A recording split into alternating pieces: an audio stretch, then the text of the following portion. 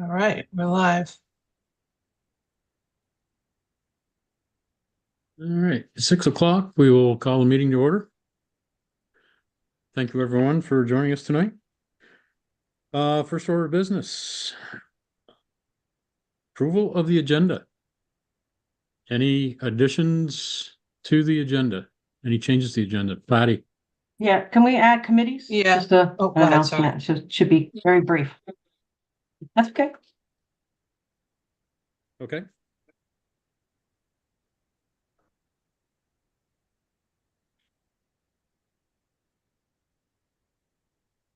Anything else to add to the agenda? I just had a quick Jeff, comment just before I you wanted move, to add.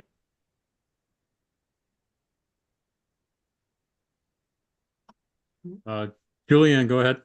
I just wanted to ask, or I don't know how to, but going forward, if VAST staff and VAST officers can include their directors, the director of the specific club or county that's being reached out to, it would be super helpful.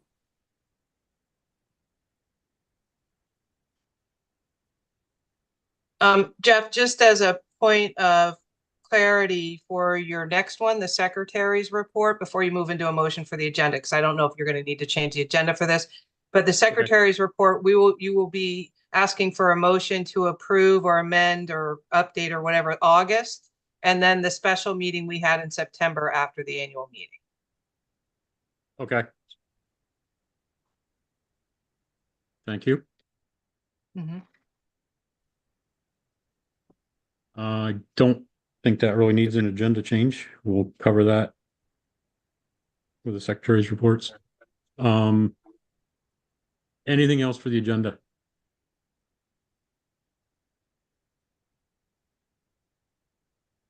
All those in favor of the adjusted agenda, say aye, please. Aye. Aye. Aye. Aye. Any opposed? Nay. Thank you.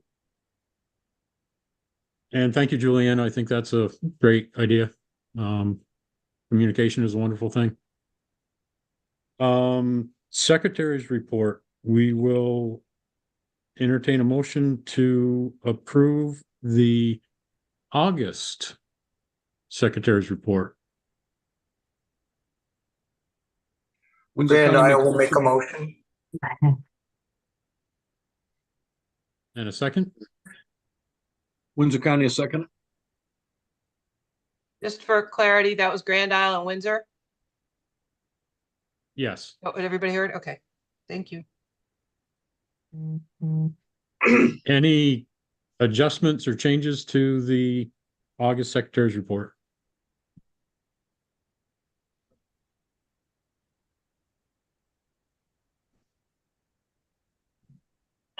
Seeing none, hearing none. All those in favor, say aye. Aye. Aye. Aye.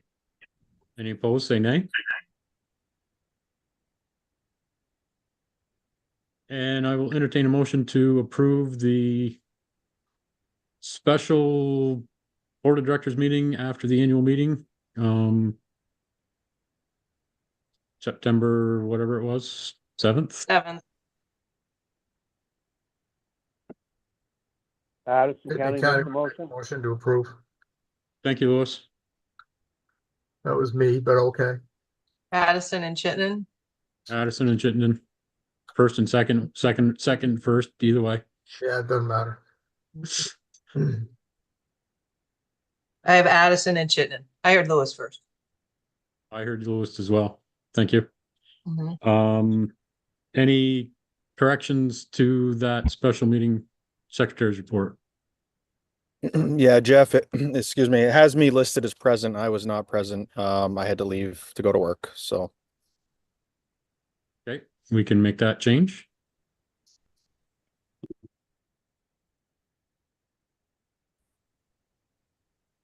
Anything else on that secretary's report? Hearing none, those in favor say aye. Aye. Aye. Those opposed, nay. Thank you. Cindy, can you look back? Did we ever get a motion and a second for the agenda? Yes, We did? believe Okay. so. Actually, no, I don't show it. No, we didn't. Don't think we did. So Thought I let's just step, fallen asleep at the wheel. let's step back and get a motion to approve the amended agenda. Rutland County. Thank you, Mike. In a second. Windsor County will second it. Thank you, Doug. Now, all those in favor of that motion that we have already passed without a motion, say aye. Aye. Aye. Any opposed, say nay. Yeah. Thank you. Treasurer's report, Patty. Okay, so there was no activity in memberships, so we basically are at, with the $10 increase, about 83% of the year budget expectations for memberships. For income, we had about 45K in income, of which 24K came from media sales and about 14K in contracted services from the SSTP. So let's see, we're at 84% with the $10 increase. So it's 89 versus 84 from the year before. And if you take the $10 out, it's about 10% difference year over year. Expenses at 77K in monthly expenses. 50K of that was salaries and benefits. 11K was the annual meeting. And we are at 66% of our expense budget. And these numbers are through the month of August. So we still have one more month to the fiscal year. And then I also sent later, because I forgot to paste it in, was the trails projects, the regular and flood relief. We didn't pay anything out in August. So there was no change, but you do have that data there. And that's what I have, Jeff. Thank you, Patty. Welcome. I will entertain a motion to approve the treasurer's report. Washington County will make a motion to approve the secretarial report. Lamoille will Treasurer's second. report.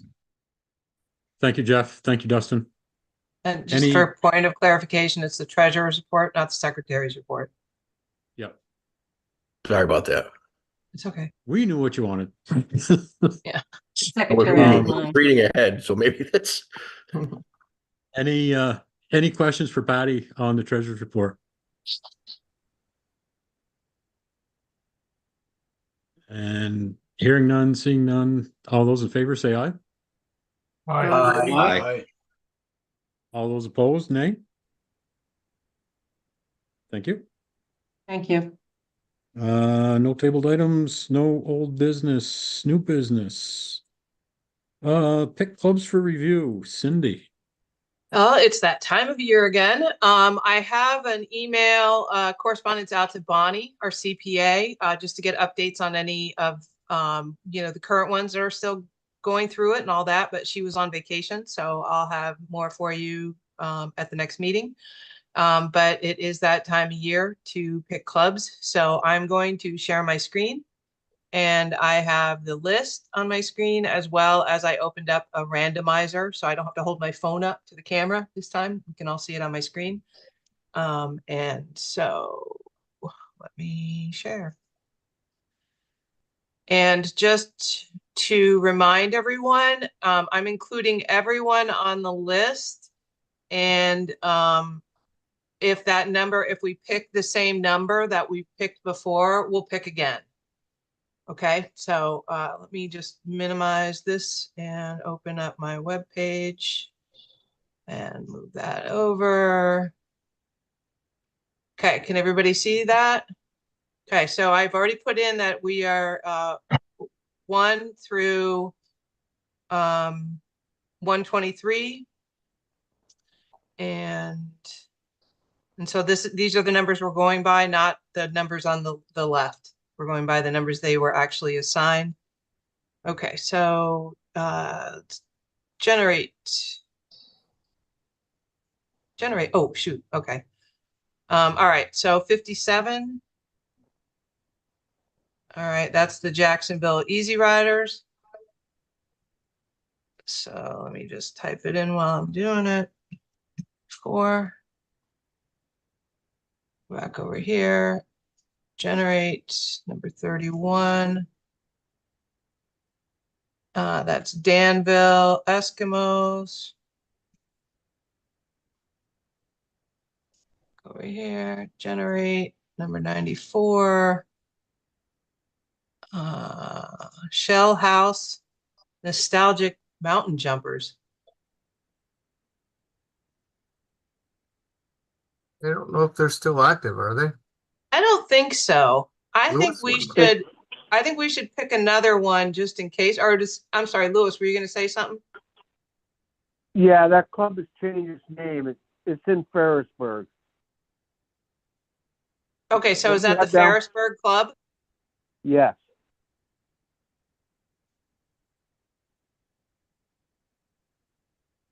Okay, And they're called the Sledheads now, Ferrisburg Sledheads. right. Okay, and 2024. And 81. 81, they've already picked. That was the Pittsford Snowmads. They were last year, so we'll do it one more time. 12. Bridport. Bridport Snowbirds. Okay, so you got two Addison counties. All right. Oh, Cindy, is it number 13 or row 12? Oh, I see. Oh, I'm Bridgewater. sorry. Yeah, I'm sorry. You're right. You're right, Patty. It's this one. So it wasn't. It's Bridgewater Snow Zippers.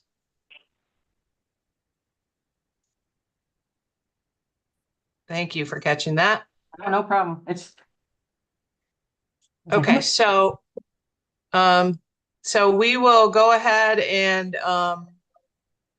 I'll be sending that information out and including the directors for those 4 clubs, and it will be in the minutes what 4 clubs were picked. Why is there no number one? It sounds like a stupid question, but there's no number one up top. I don't know. I think it's because when we did it, we just did number 1 was the titles in the first, you know, so Yeah, I but don't, under- I'm not really under sure. But Row B.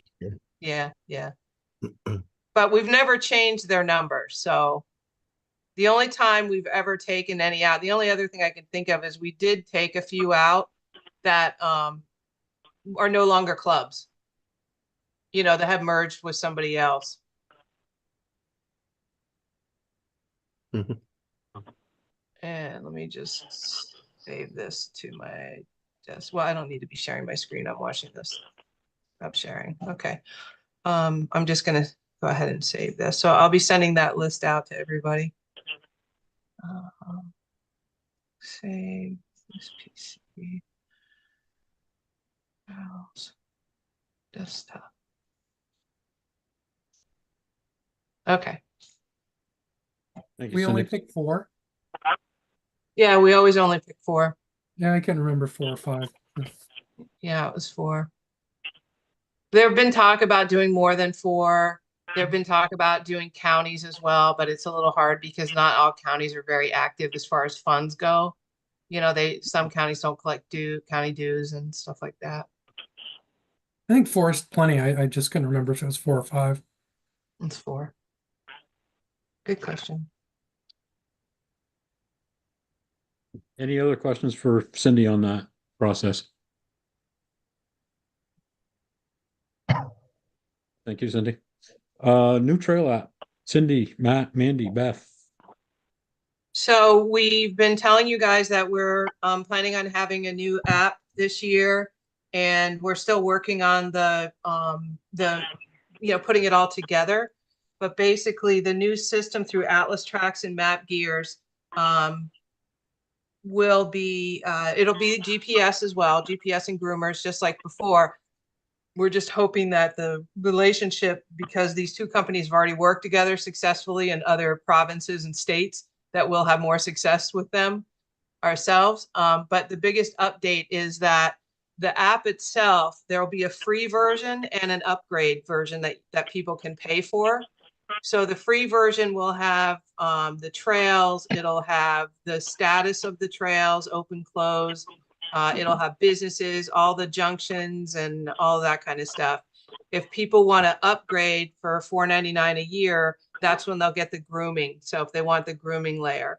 And then VAST will, after 4,000 people upgrade, then we get a commission. So we get money back that's going to help us pay for the system. So it was sort of a way to save some money, generate some funds, but still offer for safety reasons and for general purpose reasons of having the map itself and all of that updated. We'll still have, you know, our map with businesses and clubs and all the other stuff on there for a free version. Do you guys have I'm sorry. Go ahead, Dustin. So the apps are identical, except for if you want to find out the grooming, you have to pay $5 a year. Is that correct? Is that what you said, Yes. Cindy? Yes. So if it'll do it'll be like the color, like it, you know, I don't know if it's going to be purple like it is on the map we have now, but let's, for all intents and purposes, say it will be. It'll do the fade, just like it does now on the current. So it would just be the grooming.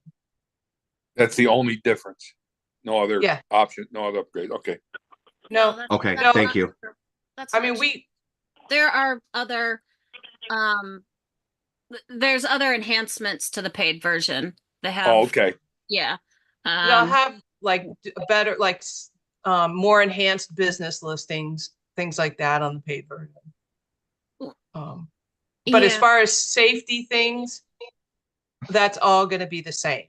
So trail closed, open, status updates. You know, the $5 is not much, but it's going to bring with it a lot higher expectation performance. Mm-hmm. It should have better performance, and it also has things like, I don't know, like find a friend and all of that. I don't know if anybody has ridden in, you know, New Hampshire uses this company, so there it is similar to theirs. The differences between the paid and the free version. There's things like, you know, like find a friend who's, you know, also riding. There's quite a few extra things that they would get with the paid version. And this will just be a downloadable. You'll go to the VAST app in the App Store, and it'll give you free, or here's a one for $4.99. Yeah, it'll give you you can download the free one, and then it will show up with a little pop-up ad that says, would you like to upgrade, you know, to the free version, you know, for this price annually. Cindy, I mean, as long as it's easy to find, it's great. Cindy, on my PC at home, am I still going to be able to see the updated groomer reports for free? Yeah, that's a different system. Yep.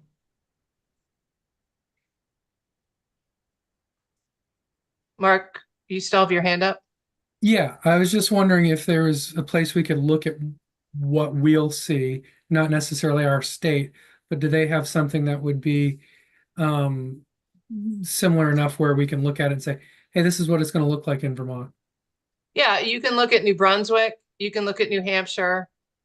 It's going to be a little weird now because trails are closed. But Right. if we just wanted to give you a heads up now, rather than it goes live and you're finding out that, wait a minute, we were going to upgrade to a pro for $5. So we just wanted to explain it to you ahead of time. And so that way when you get questions, but we'll do a good job of like doing write-ups about it, explaining the differences, doing snapshots of this is what the map's going to look like. This is what you're going to be able to find and things like that. So we'll be working on all that kind of stuff in the next few weeks as we finish, you know, getting the contract ready and everything with the company.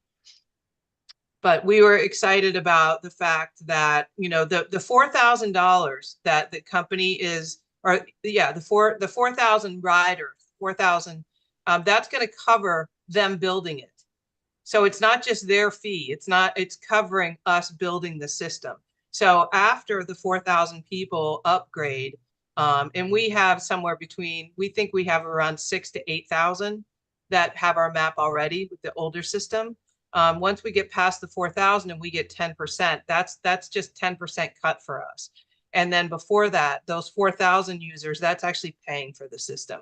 So it could go that maybe we only get 3,000, and then we're paying for the extra 1,000, or maybe we get 5,000 and we're actually making money, getting a little bit of residual. But before, we were just outright paying out of pocket. After year one, do we get paid on $1? No, because it costs them so much every year to run the system. Okay. So, but what will happen is they'll have to it's to operate it and. Yeah. And so they'll have to redo, Okay. like every year. I think I remember they said that they'll be sending a notice to everyone. Like you get like a, when you buy an app on your phone and it tells you that your renewal's coming up or whatever.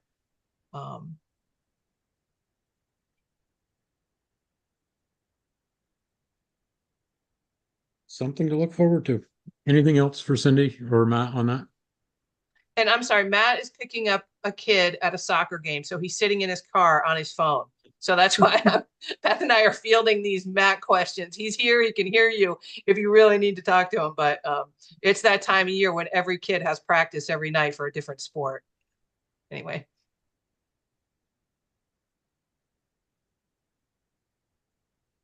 Okay, thank you, Cindy. Mm-hmm. Early bird raffle reminder. Can I just real quick, you guys? Sorry. Sure. Back to the map thing. Mass and New York also use the same folks. So I think it's also great that we're moving to somebody that, New England folks are already familiar with how to use the app. So there's that. My 2 Good cents. point. Thank you, Beth. Well, I have a question. Since she mentioned these other states that use it, how many members are paying for them in these other states? They're doing it the same way. I don't know. I think in New Hampshire, I don't remember the numbers. Beth, do you remember how many they said upgraded in New Hampshire? I don't remember. I know that they mentioned numbers. We can send it out to you guys, but it's not all of our members, because not all of our members use our map, even our free map app. Because some use like Ride Command or, whatever, something different. Well, just for argument's sake, what if really there's a rebellion against it and only 500 people sign up for it? I mean, is that more money out of our pocket, right? This is a $20,000 No. system, what you're saying. 4,000 times 5 is 20,000. Yeah, well, we've already been paying that every year. We're already paying every year between 20 and 30,000.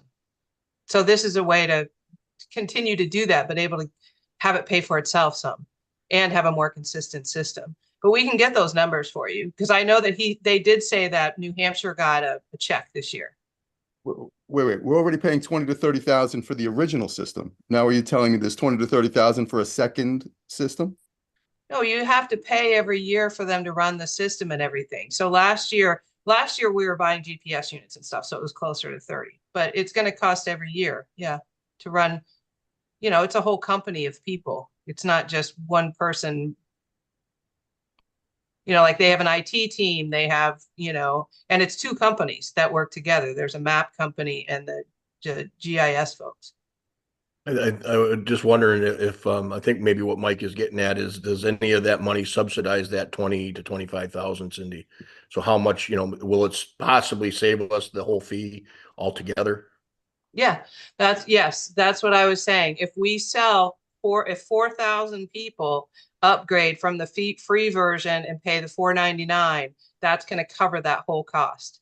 And then anything over the 4,000 people. So if we get 6,000 people that sign up for the paid version, then 2,000 of those people, we're going to make 10% off. So it will save us money as long as it sells partially or all of the 4,000.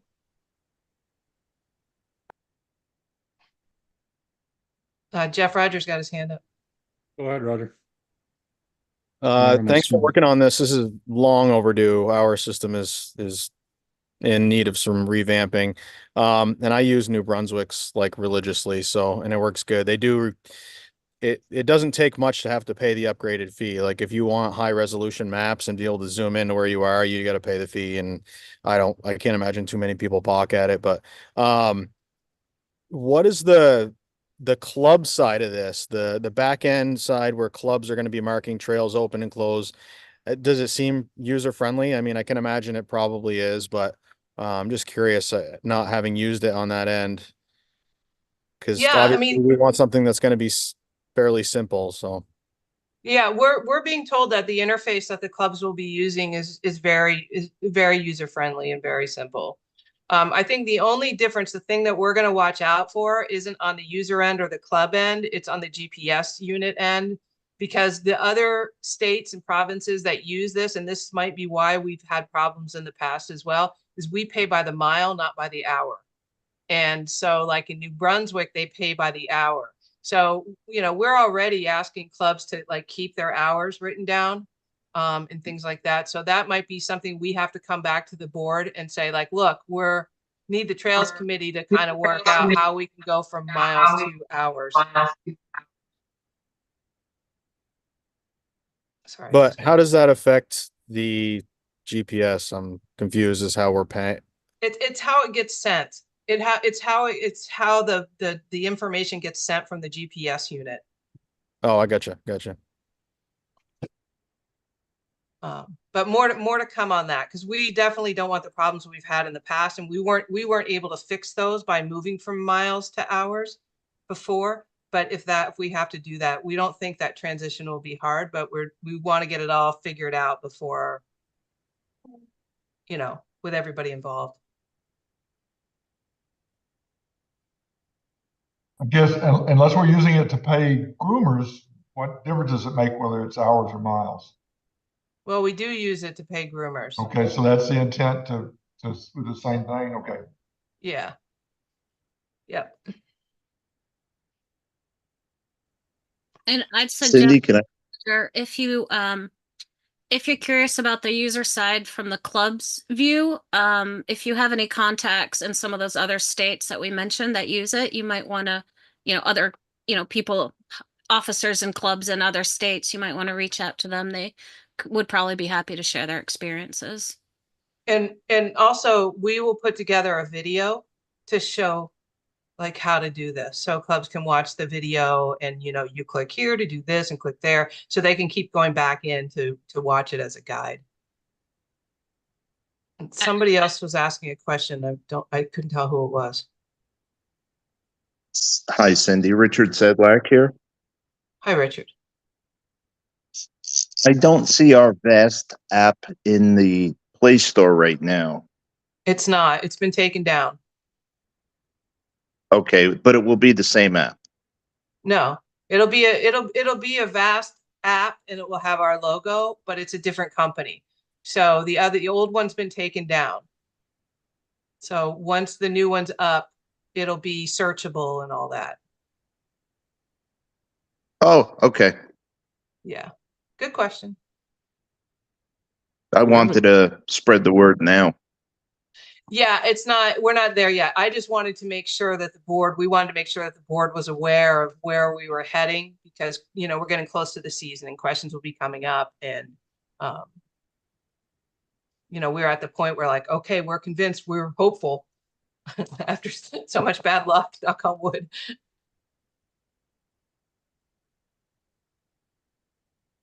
That's all I have, Jeff, unless anybody has any more questions. Any other questions, comments? I was just gonna say, we're gonna send out all the instructions to everyone, and if we can get it out a little earlier so folks can play around with it and see what the options are, I think there is a way to do that. If I recall, they can send us some info so clubs can do that. I'll reach out and see if how soon we can get that out to everyone, so there's time to look at it and play around with it a little bit before we actually have our trails on there, and there's actually grooming and things to truly report. It may be like a sandbox type thing, where you can play around in it, but it's not live. Yeah. So I'll ask them about that. Thanks, Matt.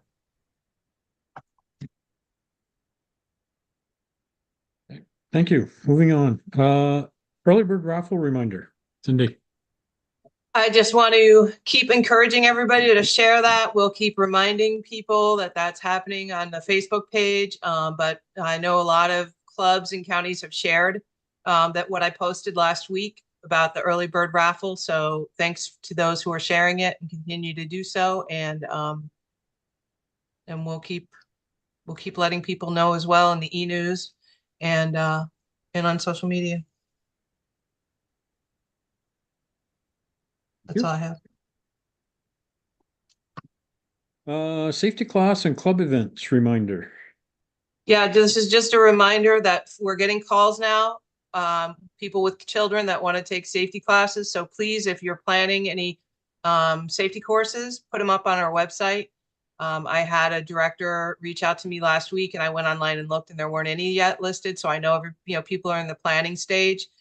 So if you need help with that, or you want to combine with another county, you don't have enough kids, or you want to, that's also, you can reach out to probably Pat or Stan as well to find out through the safety committee what we know about classes. But the more events and the more safety classes we can get up on the events page would be great. And the events are great too, because people plan around those events. So if you guys know that you've got clubs or county events this winter already planned, please start posting them on our website. And then we can promote them in the e-news and Facebook and stuff like that too. Cindy, you've been getting requested for in-person classes. I had one director who has a few kids that's interested. Okay. All And right. so I Well, went on and looked, good but news. they're in a different region of the state. They're in the Northeast Kingdom. So I suggested, I said, well, if you've got a few, you might want to reach out to your area and see if there's anybody in the area and do one for the whole region. But I know, Stan, you've been doing them before. And I don't know, because it's Northeast Kingdom, I don't know if it's people from out of state. It could be, like down country folks, like you never know. So. Yeah. Well, the classes I do, are in Connecticut, in a busy area, and we kind of did a little bit of a straw test to see if there was any real interest, and we got like nothing. It seemed like everybody, like you said, everybody's got soccer games and soccer practices and basketball, and they don't want to commit to a 6-hour period in a classroom. They just do it when it's convenient online. My position is I'd like to see them all live classes, but if you get any interest at all in the South, please share that with me, because I would be happy to do one. Yeah, well, I think, the interesting thing too, and Roger, I know you got your hand up, is that it's getting cooler here. It feels like fall today. So all of a sudden people are starting to think more and more about snowmobiling. And so I think that all this stuff is kind of coming to the top right now.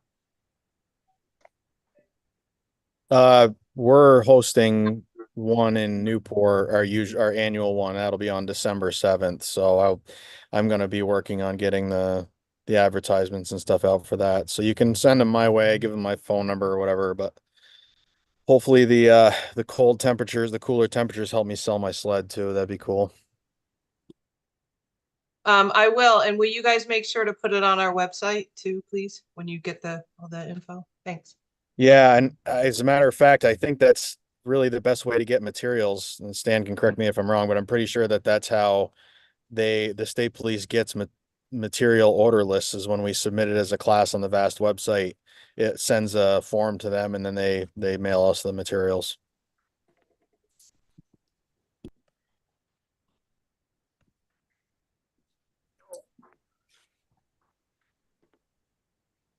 Okay. Thank you, Cindy. Thank you, Roger. Committees, Patty.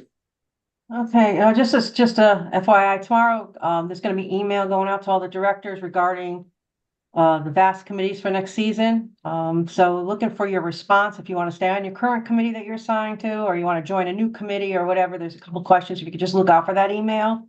There are 2 new committees this year, a social media committee and a young leaders program. Cindy mentioned about the young leaders at the annual meeting.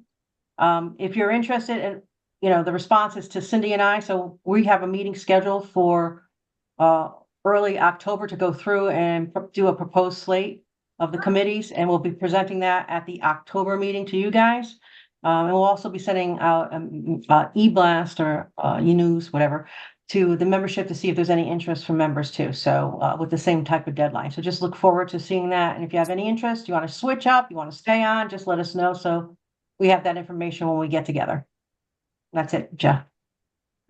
Thank you. Patty. Any questions for Patty on committees? I know you're all excited to join committees. Thank you. Thank you. Trails Administrator and ED report.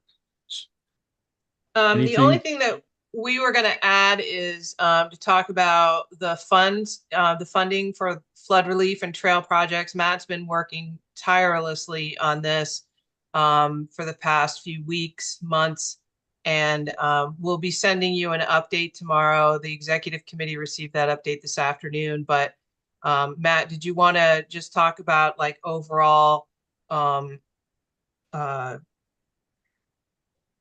top down numbers?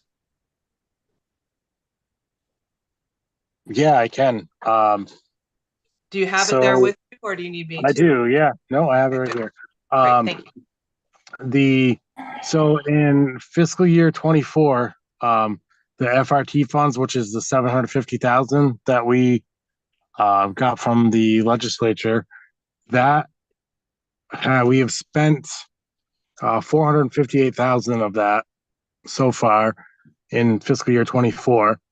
There are still around $135,000 in projects that were funded last year that haven't been completed yet. So some of those, I've been trying to chase clubs down, and Mandy has as well. Some of those may not get completed, but some of them are. So we still have that outstanding to pay. And then fiscal year 25, a lot of clubs submitted projects that still need to be done that were flood related. And we approved around 250,000 of those. So that 750 is going to be spent up for sure. We're right there. For any projects that were submitted for this year's flooding, like after the June 30th deadline for normal projects, those I put in are funding out of the emergency fund.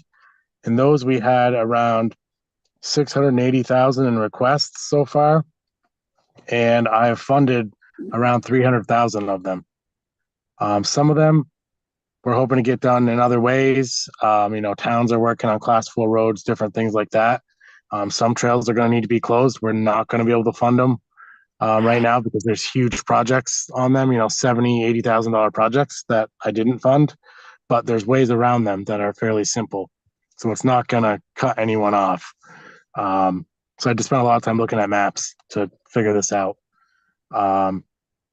Those are the big, like the emergency flood related projects. The regular projects, the brushing, we funded $39,000 or almost $40,000 in the brushing, which is typical. Construction, we funded $171,000, and maintenance projects, we funded almost $500,000 in maintenance projects. So overall, there's about $1.24 million out there in funded projects right now.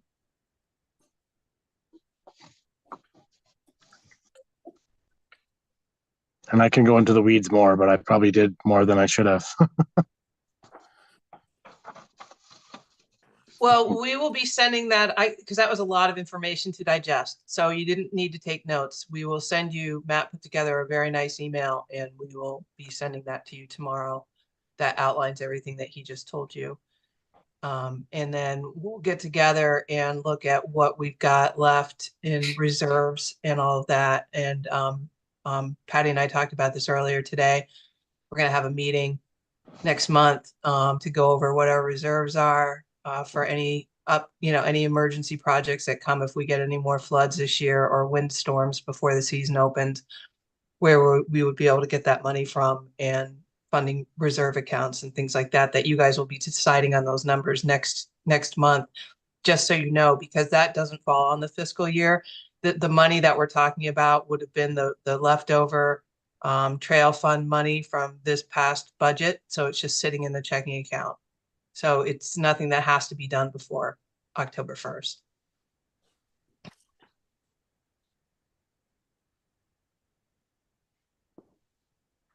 Any other questions or comments? Yeah, Mike Stewart's got his hand up. Yeah, I just wanted to take a second and thank Matt for everything he does. It's got to be a grueling job to figure all that stuff out. And I also wanted to thank Matt for coming down last week with Rutland County and our clubs, meeting with the state, going over projects and stuff. That I know that's a good drive, and thank you very much for coming down. Your presence was very much appreciated, Matt. Thank you. Oh, thanks, Mike. Yeah, sometimes I feel like well, I am. I'm literally armchair quarterbacking it, and it's hard sometimes because you think you know something and you think you're making the right decision, and then it gets brought to your attention something otherwise, and then you have to like backtrack, and it is hard because you don't like to do that, so you try to make the best decisions the first time, but it's definitely challenging sometimes. But I think everyone understands it pretty well. Just what we've been through, and everything is going to get fixed. And some of these huge projects, like even the clubs are like, yeah, we don't know if we have the resources to get it done anyway, even if you gave us the funding. So they were sort of okay with some of it. Because I did talk to a lot of them ahead of time. I didn't want to just send them like a denied email, so yeah, it's hopefully it'll work out and we'll have, the majority of things open this winter with a few exceptions. Jeff, Michael Garber has his hand up. Go ahead, Mike. So Matt, can you tell us again how a club officially knows that a grant request has been approved and they know that they're getting their money, other than it just appearing on October 1st or sometime thereafter? All the clubs are sent an email that tells them if they're missing documents and what those are. And once those are, and it gives you a link to send those in. Once those are sent in, there is another email that goes out with a reimbursement that the club clicks on and uploads receipts and things too. And in the email, both of those emails have the amount that is recommended for that project in that template that's sent out. Yeah, so that was not my question. I know how frustrating those templates are that we have to submit all this information for, but at the end of all those templates, there's never anything given back to the club saying you've been officially approved and are getting your money, is there? Yeah, the template that goes out with the reimbursement says it's been approved. It says it right in there. There's a status that's listed on all those templates. There's a status. So that says approved or pending, or there's canceled, denied. There's a whole bunch of, there's like 7 or 8 different statuses that a project can have. Most of them that get sent out are either canceled, denied, pending, or approved. And if it's pending, you need probably a permission form or something. If it's approved, it's approved. It's good and it has the amount there. one more question. So the clubs have to put their money up first before they get their money back. I've had discussions and have heard that there are projects that go into the $30,000 mark, $60,000 mark. Are those clubs, and my clubs are not part of them, but do those clubs have to spot the money, or does VAST somehow put up the money up front? Those clubs typically spot the money. It's hard for us to pay something out until there's a county trail coordinator signature and the work's been done and it's been signed off on. There has been instances where if we have an account with a particular contractor or business, we have paid for like lumber or something if we have an account, but there's very few places we have that with because it's a nightmare to keep up on all the paperwork, all the tax forms and everything we need from all those vendors. So that's pretty limited. But usually the clubs are able to do it. And there is, depending on the project, most invoices have like a 30-day period in which to pay. So if the club times it right, they can get the work done and then get the reimbursement to us and get paid within that 30-day window. If, everything aligns right. Sometimes it's a little more difficult than others on a big project, but overall, most clubs are able to do that one way or another. I know some have a line of credit, I think, but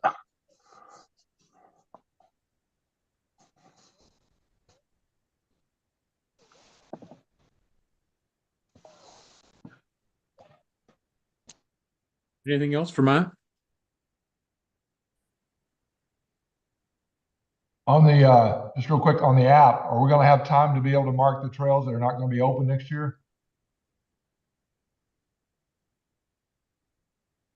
Sorry, I was on mute. I said yes, but yes. Okay. Yeah, I'm gonna try to get them our data, hopefully this week or next. And once they have it, I will probably have all those trails marked as closed on there, or at least what I know for now. Then we'll be able to add, more down the road. Okay, thanks. I got one more for you, Matt. So last year we submitted a few trails that we wanted to put on the map, and they were never put on the map. And you said that the maps had to be refreshed. Is that something that's going to be done? Has been done? It hasn't been done. Those are all still sitting in the changes to be done. Yeah, some of those trails. Yeah, some of them were added for you, but I didn't get to all of them. And that was sort of in the spring, and I just let it go for now. But yeah, we'll get them added. Thank you.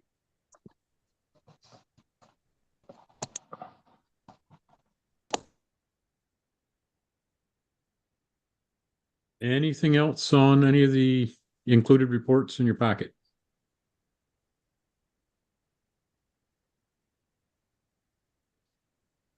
Moving on to committee report. American Outdoor Risk Retention, Mark. Thursday, October 3rd, we'll have our annual meeting where we'll have our audit review from our auditor. That was changed. It was originally scheduled for October 10th, but American, our management company, had conflicts and had to change it. Cindy will be sending out an email to all the club presidents as stockholders, letting them know the annual meeting. I gave a presentation about the RRG to USA, the United Snowmobilers of America. Is that association? United Snowmobile Association? Snowmobile Alliance. Alliance, yeah. Yeah. A couple of weeks ago, there are people who are interested in our insurance solution. And on that front, we've been looking at what it would take to expand our offerings outside of VAST. We've come to no conclusion yet, but we are looking at that. And that's about it. Thank you. Any questions for Mark? Northeast chapter or USA?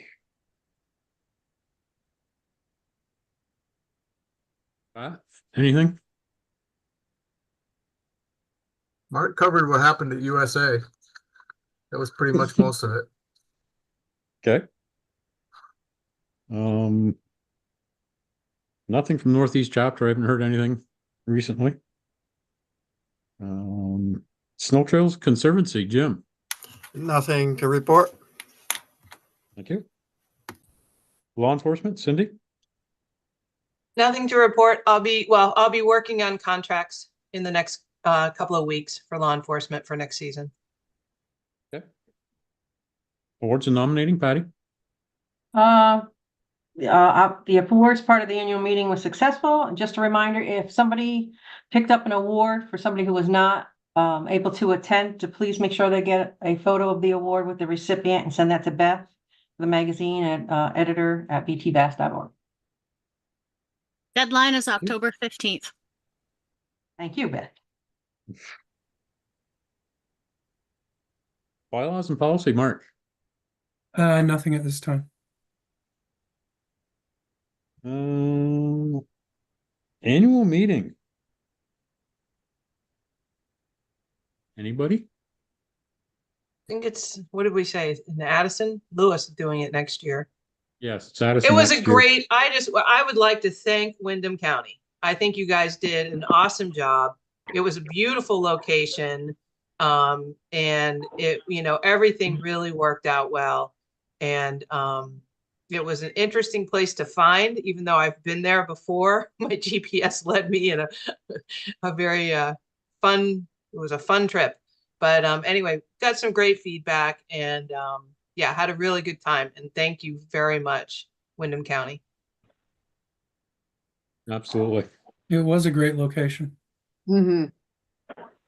Ivor and Amber did a great job. And that All their Grafton help. macaroni and cheese, holy mackerel. That was good. Michael helped also. It's all you, Ivor. Take the credit. Did we figure out what would the guardrail bridge guy wanted done with his bridge he left down there? I have it in possession and I'll be going forward with putting out the word. We were yelling at you as you were driving away. Hey, you're supposed to take this. You didn't listen to us. Can we have a little discussion on guardrails just for a quick minute? I know Matt has had a lot of interest with the iron beams that go under guardrails. I think we should put out a spec sheet of what iron beams will hold what weights and distances. I think it's something very simple that we can contract an engineer to do. I think he has requested that. He requested that a few weeks ago from the engineer. So I know we have some specs from the original, originally from the same engineer, but I think he did request some. I can't think of the engineer's name off the top of my head, but I think the specs Matt had, and I could be wrong, were for the iron beams that we had been using that were given for a bridge that we had in storage, but we don't have any of those iron beams left. yeah, those were from the old Champlain Bridge, but the different iron beams, he did reach out to, I think it's Chris Temple, is the engineer.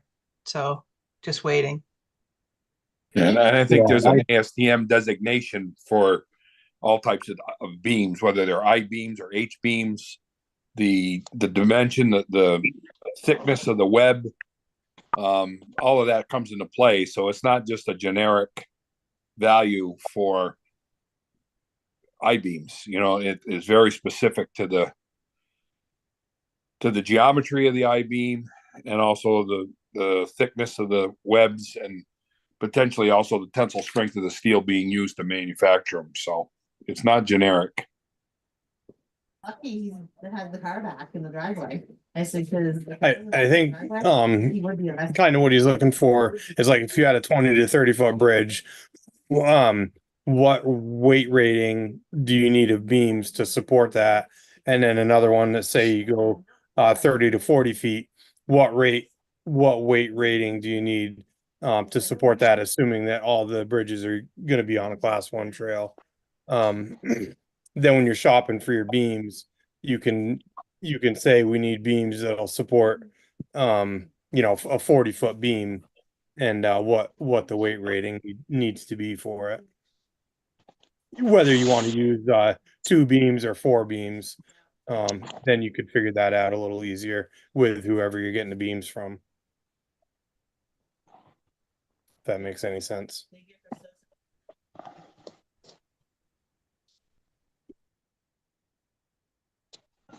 We can Sounds do like a that. plan.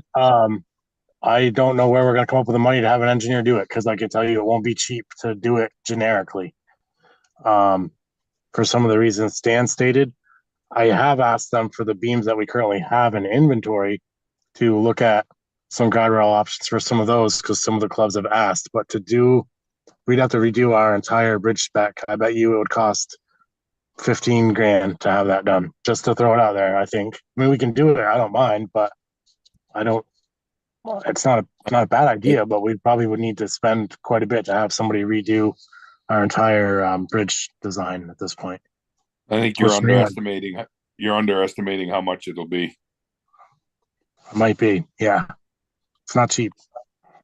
I think a few of us have to work on this behind the scenes. I'm not saying to put a committee together, but you can't just guess on, if telephone poles are going to last forever. We're going to, everyone's going to be, I don't even think you can get telephone poles anymore. I mean, you can, but the telephone poles are going to obviously be upgraded in the future with I-beams. So we might as well get the I-beam specs right.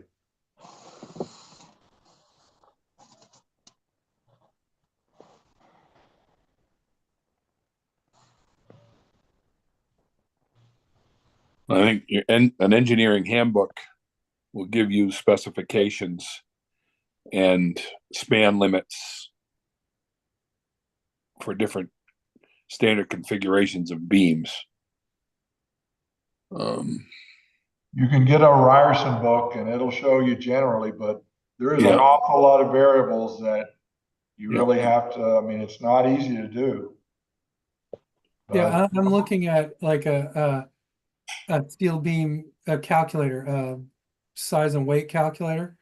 You'll find one in a Ryerson. If you can find a Ryerson book, they might have one online. They're a steel beam manufacturer, and that's what they used to niche in. Yeah, I've got one of those books.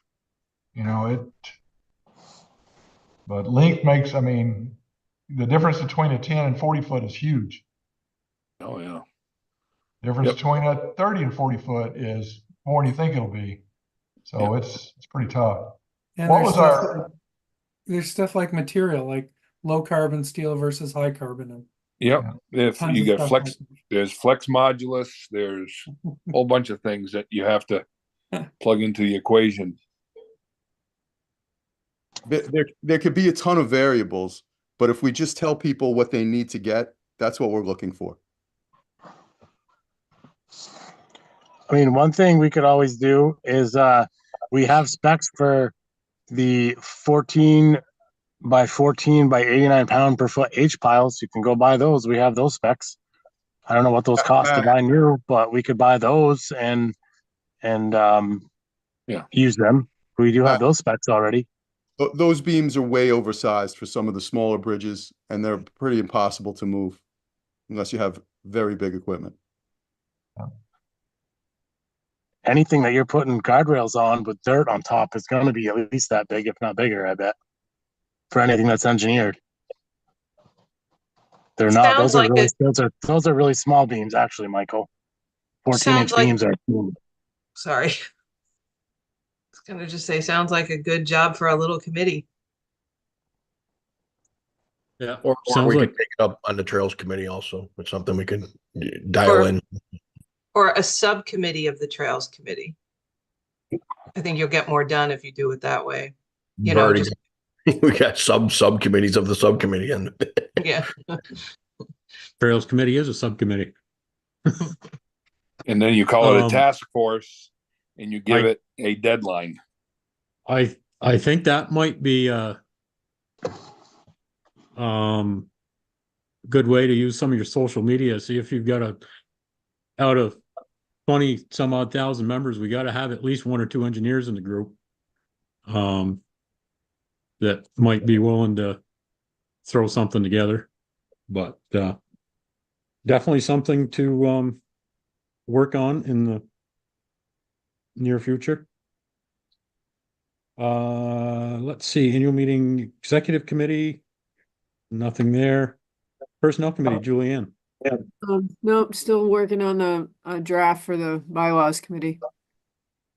Okay, thank you. Financial, Patty, anything that you haven't touched on already? Yeah, Cindy, Sheila and I met in end of August 28th, and we discussed the transaction of the chainsaw donation and the purchase and stuff. So we went into detail, and Sheila shared that with me. And we discussed putting together a one-page document for club county treasurers, helpful sheet. So that'll be something that needs to be worked on. So more to come on that. Nice. Thank you. Long range, Mark. Nothing right now. Resource committee is not active. Trails, anything that we haven't touched on? Anything coming up, Matt? Sure. I don't know that anybody's. Let's see. John. No, we already have subcommittees working on stuff. Okay. So I don't know. I guess I don't know. I'm sitting here trying not to come unglued a little bit. Why are we trying to reinvent what we need for guardrail bridges when we already have specs for 14-inch H piles? We already have them done. If that's what we want to do, then go buy 14 by 14 by 89 H piles. We already have them. I don't know what they cost, but it's, I don't know. I mean, I don't know. I don't know. They're not too big. You're running 20,000 pounds over it and you're adding nearly that in dead load with guardrails and dirt to the bridge. A 14-inch beam is not a lot at that point. I don't know. I'm curious why we're making more work, spending money to, I don't know. I'm confused, but maybe I'm misunderstanding. Matt, how many people came and picked up those 14-inch I-beams from wherever I was told to pick them up upstate? How many people came and picked those up? Hundreds of clubs. We went through 700 beams. Okay. Up there. 700 beams.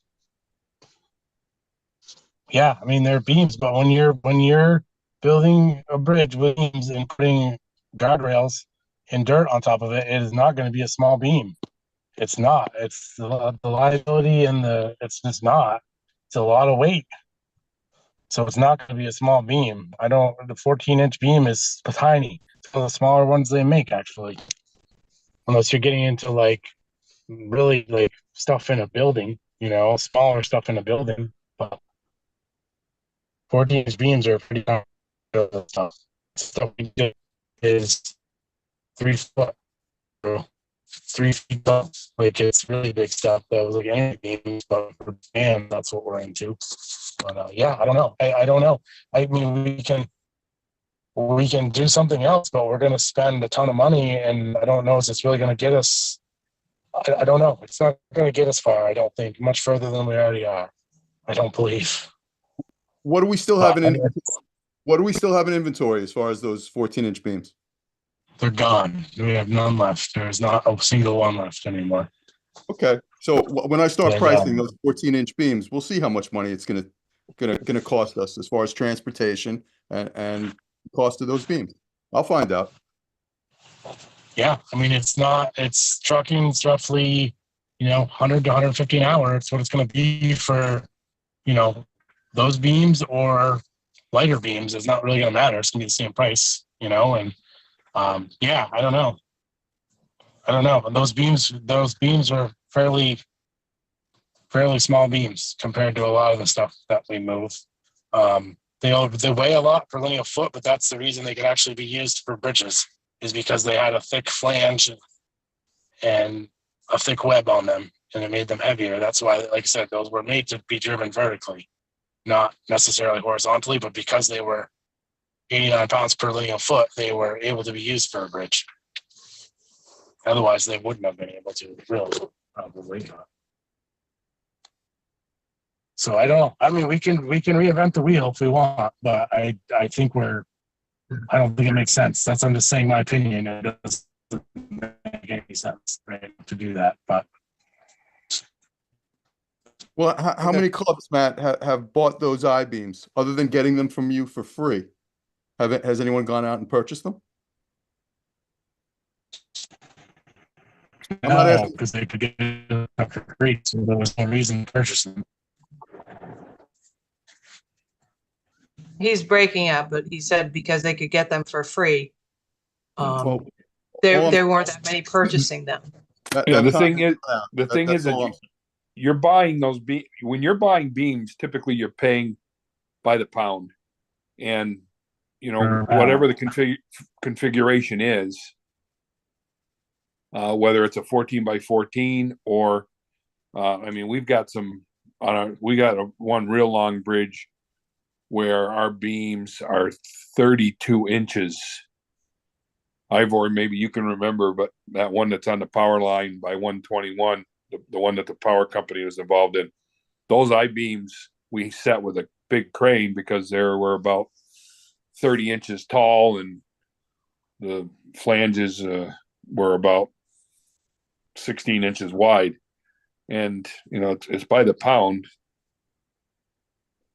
Trucking's trucking's the same way. It doesn't really matter what the weight is. You're going to pay the same for trucking. What the configuration is, I should say. Yeah, those beams are probably 3 foot tall. Yeah, those are huge.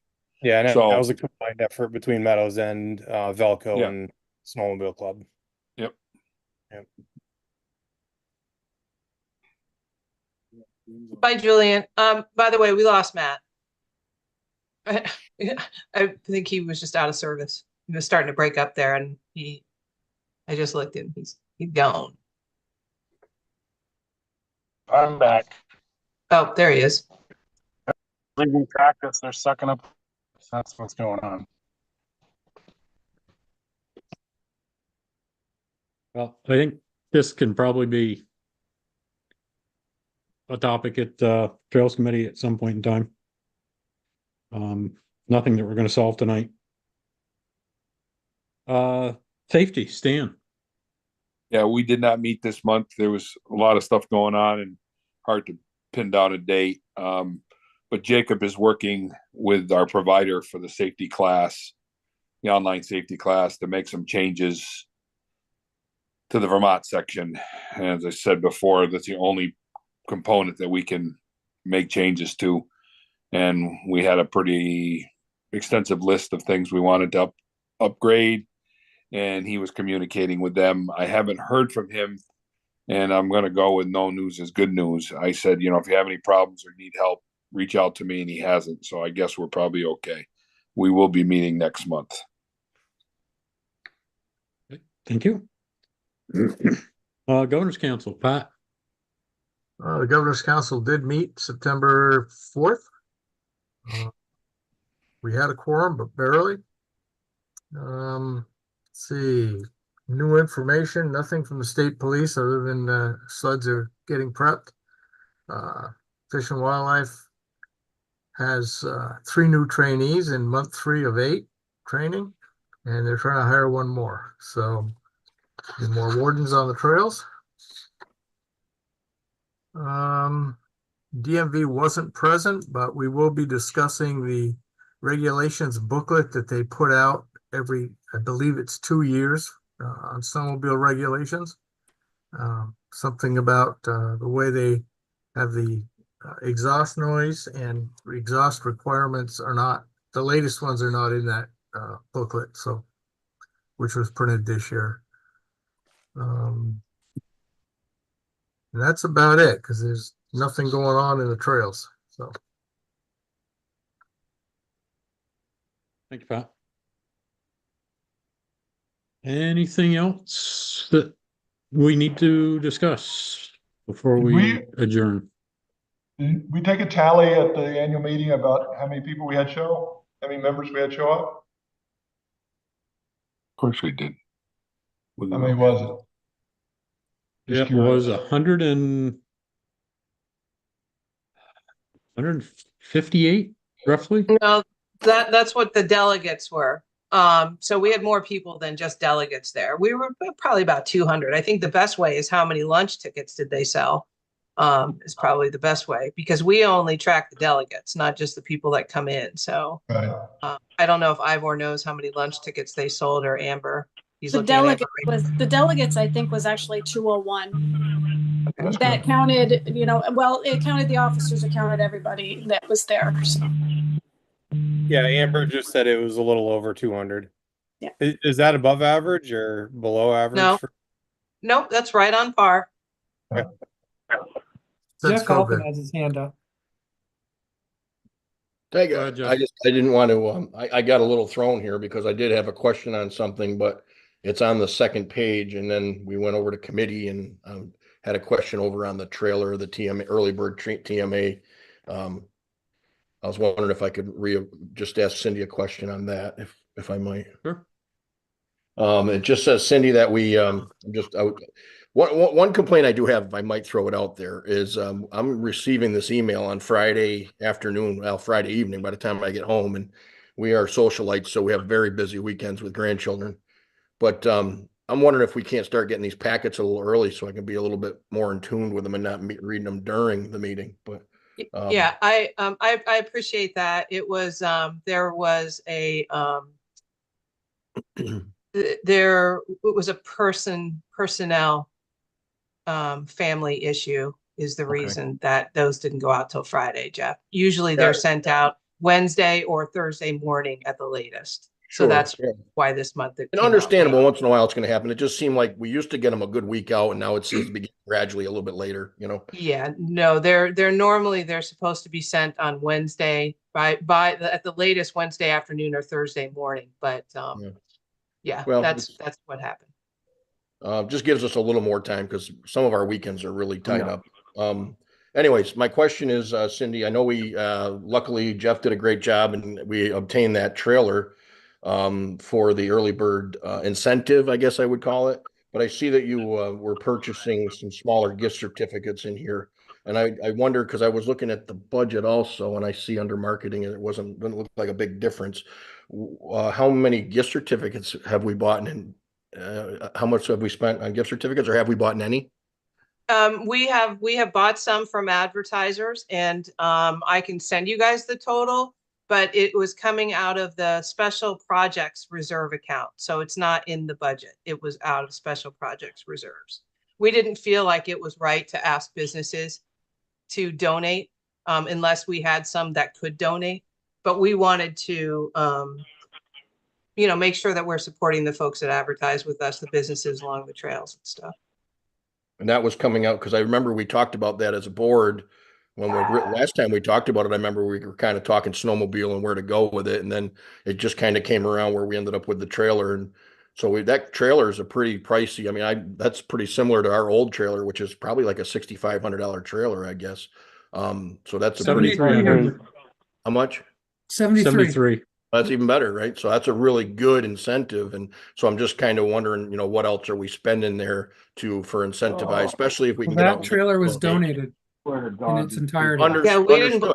didn't buy the trailer. So that's why we thought, well, we'll go ahead and buy the gift certificate. So we had talked about, and then this way, and now we switched it where the volunteers will be eligible for the lower prizes as well, the incentives. Okay, again, Mike Stewart brought up. $7,300 is pretty good incentives. You're almost up to where a sled was donated. I mean, you start talking up to that price, so. Yeah, well, we certainly didn't expect to get that. And we had already started to ask businesses, because we didn't expect to. So the we trailer. asked for donations also, Cindy, I mean, or did we just purchase gift certificates? No, we did. We had one member. I know that Lee Whiting said he was interested in donating, but I didn't hear back. So, I believe someone had mentioned something about Clem was going to donate like an entire. that's Lee Whiting. That's Climb. Yeah. Yeah. So no idea on how much we've spent so far to date, or all we have is last month's. I can get. We're still in the process, so I can get that information to you, but I don't have it off the top. I don't have it right here in front of me. Yeah. And I don't remember, I mean, maybe I'm wrong, but as a board, did we talk about going into another, not doing it under PR and marketing? Did we talk about that as a board? No. Going into a special reserve? We didn't, but I'm also allowed to make decisions up to $10,000 without coming to the board. And so it was at a time to support the businesses and to take it out of funds that we already have. It didn't affect the budget. Okay, I don't know. And that was, really it. It wasn't trying to pull the wool over anybody's eyes. It was just to get it done so we could start advertising it and telling people. My question derives from basically we talked about doing the snowmobile, and then as the board level, we haven't talked about it a whole hell of a lot since then.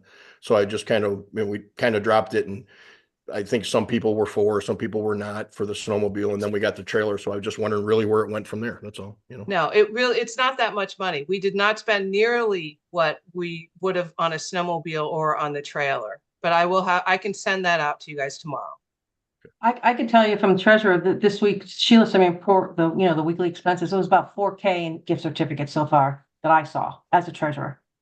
Yeah, and I can get you that number tomorrow, Cindy.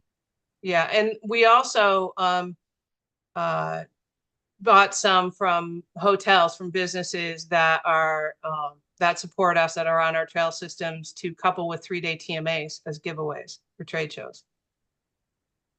Okay. Yeah, we're looking at last year or last month's financials, so that's the only reason I asked. Okay. Okay. Roger. Quick question for Matt. I think it's quick. If he's still on, when is the when are we gonna know kind of what corridor trails, what trails are gonna be um not opening due to flood damage, and kind of get the data and the information on that?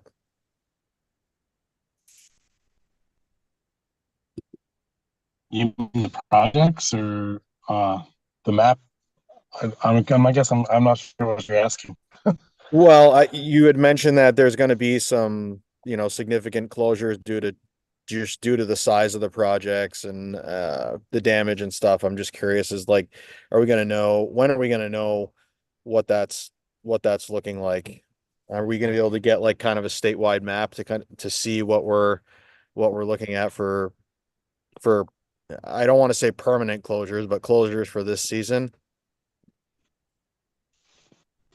Yeah, I can send that out. Yeah, I could do that. Yeah, I was just gonna send it to the people doing our map stuff, and get it to them. But I can send it out to the board if everyone's interested. I mean, I'm curious. Yeah. I'd like to see how fractured our system is with it, and I think it might be a good a good all call for people for support, if we've got a fractured system due to funding problems and flood damage. I think that would be a good visual for people to have. Um, so just curious. That's all. Thank you. Yeah, the clubs are aware. I've talked to a lot of the clubs about it, but at the county level, I haven't reached out to everyone. So yeah, I can send out a map with that. I know it's your busy season and you've got a lot of other stuff going on, including some hunting and stuff. So I don't want you to feel burdened by it at all. I'm just curious. No, it'd be good to send it out. And there's a lot of stuff I don't know yet. There's some projects I did not fund that hypothetically are going to be done by someone else, donations, or I know there was like a GoFundMe page for one of the bridges, and I was like, great, if they're gonna fix it, great. I'm not gonna fund it because we can use the money elsewhere. So some of that stuff's a little up in the air. I'm hoping it comes through and it gets done. But so those I wouldn't have listed as closures right now, but I guess they hypothetically could be if something didn't materialize. But yeah, like I said, what I have, what I could do is send out, what we know, and then what be some of the stuff that's up in the air that I'm not sure of, just as in a different color or something, so it's clear. So I'll think of something that's easy to look at. Cool. Thank you. If you really wanted to send it out to the masses, you would mark it on the map, on this new app or on the map. It's going to be. It will show on the map. I think Roger's asking for it earlier than the map will be developed, just to get an idea of what it's going to look like. Is that what you're asking, Roger? Yeah, I mean, I'm sure every other director is being inundated with, are there a lot of closures this year? What's going on? That kind of stuff. And I think that would be good information for us to have. And again, like that, I'm a firefighter. I'm very simple, smooth mind. I liked pictures. They mean a lot to me. And so I think that for people to have a visual of what we're looking at for closures, if they see a state map with all these red spots that normally aren't red because of the damage, I don't know. I just think that it would be nice to have and for us to put out to people that complain and moan constantly about the cost of the TMA and yada yada yada. Same stuff, different year. But I think we could use it to our advantage. Jeff, Dustin's got his hand up too. Yeah, I saw Doug Jacobs too, and I don't see that he's on anymore. No, he is. I just let him I back just in. let him back in, yeah. Oh, there he is. Go ahead, Yes. Doug. Thank you, Jeff. I just wanted to go last. My computer shut off about 5 minutes, but I've been trying to get it started back up and let back in. Is everybody all done? I missed the last 5 minutes. No, Dustin has his hand up. Okay. Oh, can Dustin go first, and then I have something I want to add afterwards. Sure. Thanks. Okay. Go ahead, Dustin. Hey, so I guess this is for Matt. And maybe I missed it somewhere, but do we know anything more about the GPS units for the grooming fleet? As far as at one point we had talked about maybe being a mixed bag of the satellite ones versus the cell-based ones, because some worked better in some areas and others worked better in other areas. Do we know anything more about that? have I been told 10 times about this already and I just forgot? I'm just trying to figure out because I've got some clubs asking me which service we're going to be using. For this season, we're just going to stick with the GPS or satellite based GPS units. Okay. There is an option. They said there was some new ones they were looking at, but I don't know if it'll help us. It may help us in some areas, but it's new and maybe we'll try some out this winter. Like if we're having, my thought on that was we stick with what we have, see if the new mapping company can straighten out some of the problems, which they've claimed they can do. So like, let's see the proofs in the pudding, right? Let's see if they do it. If not, maybe we can grab some of those multifunctional units that run satellite and GPS and cellular, and put them in some of the problematic areas and see if it addresses the problem. So that was sort of my line of thought on it at this point. Okay. Nope. That makes perfect sense. I was just trying to figure it out and I wasn't sure exactly what was going on, but that answers it. Thank you. Yeah, and Dustin, if there's particular clubs that like stuff didn't work at all, I mean, I have a pretty good idea what some of those clubs were, but if there's some in your county, like just shoot me a list and I can work with them directly. Like maybe we need a new unit, in some of them, maybe maybe we need just a new unit. Okay. Some of them definitely have problems. So Okay. Yeah. I mean, like I know that personally my club, the cell one was spot on. It was great. And then we went to the GPS one and it was really hit or miss.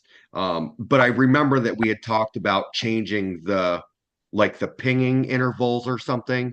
Instead of every 5 minutes, it was going to be every minute. And maybe that'll make all the difference in the world too. Right. Okay. Yeah, that'll help some. Yeah. Okay. Thank you. Hey, Doug, you're up. Okay, I just wanted to say, I think the meeting's going to come to be ending here in a second. I just want to say the past 2.5 years of Jeff's presidency, that the state has endured some of the worst weather between the lack of snow and the flooding as I can ever remember. And just on the behalf of Windsor County, I wanted to thank Jeff for all his many contributions, both as president, as a member of VAST, to snowmobiling and VAST as a whole during these trying weather conditions. And we all really hope the weather turns around this winter and beyond. And good luck to Jeff and hope to see him around. Can't wait. Thank you, Doug. Appreciate it. We all can use some snow this winter for sure. For sure. It's been a challenge. So thanks for everything. You're welcome. My pleasure. Anything else before we ask Lewis to adjourn us? I'll second what Doug said. Jeff, thank you very much. I'm sure everybody's thinking that. Thank you, Roger. I'll third it. I also make a motion to adjourn. Thank you, Lewis. Orleans seconds. Thank you, Roger. 7:23. Thank you all for giving up another evening for this sport that we care about so much. And I am not going away. Past president does have a spot on the board. So I just might be a little more quiet. That's all. If that could be believed. And Don't do it. I think Patty will have some great ideas and hopefully lead us in the right direction. Thank you, everybody. Thanks for all you do. And we will see you soon.